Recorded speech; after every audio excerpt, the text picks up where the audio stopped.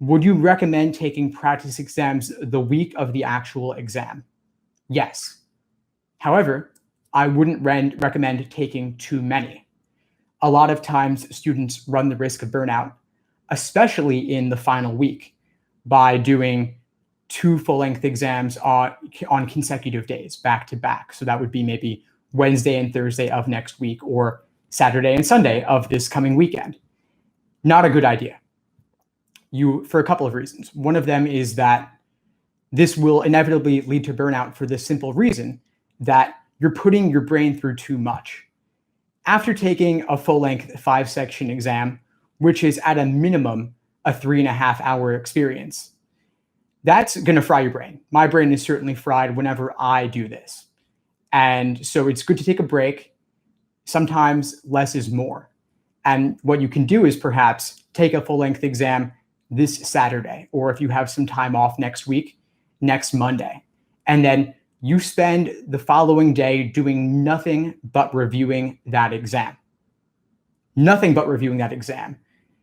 And proper review can take at least 3 to 4 hours. Let's say you scored really well and you got a 170. Awesome. A 170 is about 10 questions wrong. But that's not all you want to review. You also have maybe the 15 or so questions where you had difficulty. Maybe you were down to 2 and you guessed and got lucky, or maybe you got it right, but you could have gotten it right more quickly.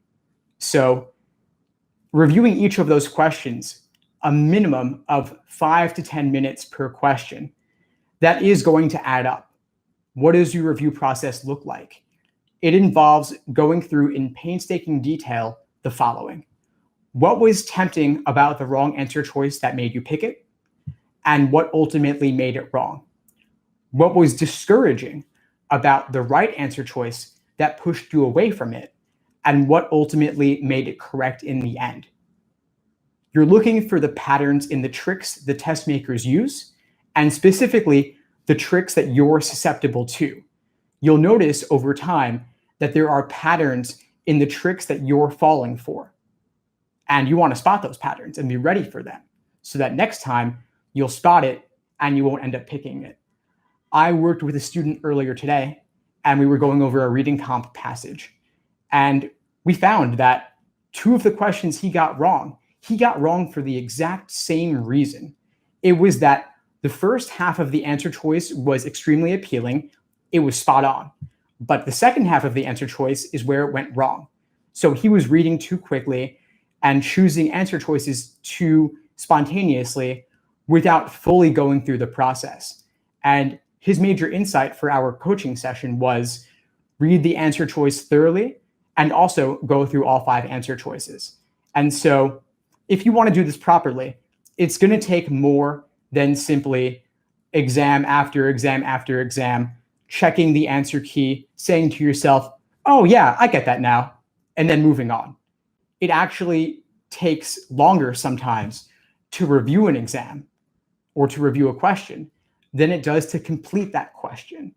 At a minimum, you want to spend 5 minutes per LR question, for example, and preferably more. And you can look at explanations, mine or others, doesn't really matter. But the real work comes from your review process, not from reading foundational texts or watching explanation videos. The work comes from your thought process. And you can only do that so much. If you're doing 2 or 3 exams over the next week and reviewing those 2 or 3 exams thoroughly, you're not really going to have time to do much else. And that's okay.